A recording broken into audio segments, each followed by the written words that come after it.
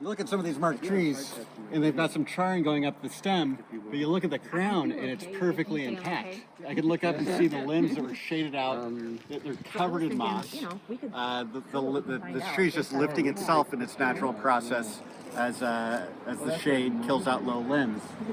I don't know why, based on what we're seeing as far as inspecting the damage to cambiums underneath the charred bark, we're not seeing anything that tells us these trees are dying from the inside out. And a lot of these were shaded out, have enough live canopy to keep them going for a while.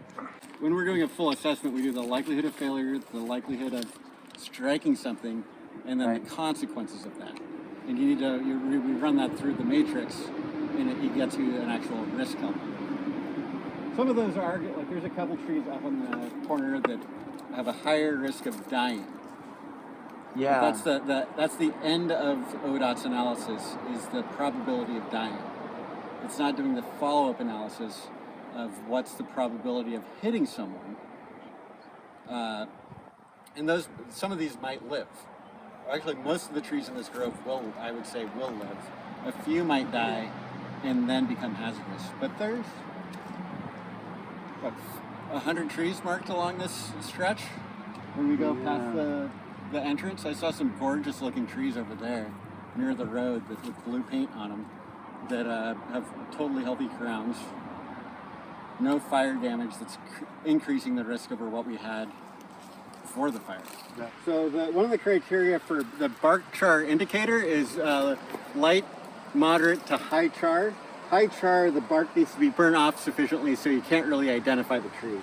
The bark in here, it's starting to show the indicators of that. I'm going to peel away a little bit to see if there's any live cambium underneath.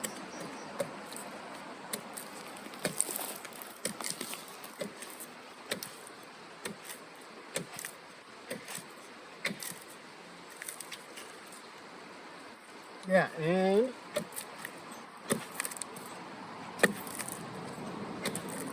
it does look like this cambium may be compromised. It's dry, although what appears to be heavy char is only 50 to 75% around the trunk, so there would still be live cambium on this side. But the more interesting and important thing is this tree has live foliage at the top. It's suppressed within the crowns of other trees, and it's leaning away from the road. If we needed to remove this tree because it's dying, that's one thing, but it's not actually a risk of failing towards the road and imperiling anyone driving down the road. So however much money they're gonna get when they pull this receipt for removing it is removing a tree that just doesn't pose a risk. So this tree has some light to moderate bark charring up to maybe 15 feet. And above that, you've got 30 or 40 feet of trunk that was previously shaded out because it's an interior forest tree. And then above that, perfectly healthy crown. There is just very light cosmetic damage to the tree. It's also the canopy, more of the weight is away from the road. If this fell, it would fall into the woods. It is a very low risk tree, yet it's marked for removal, and someone's gonna get paid a few $1,000s for cutting down this tree that should take about 10 minutes of work if you're doing it. There was trees that, I would have said probably would have survived. Just because the bark char isn't that deep, it's maybe moderate char, it's not really, really severe char. You found severe char on one? Found one 7-inch tree dead, leaning away from the road with heavy char.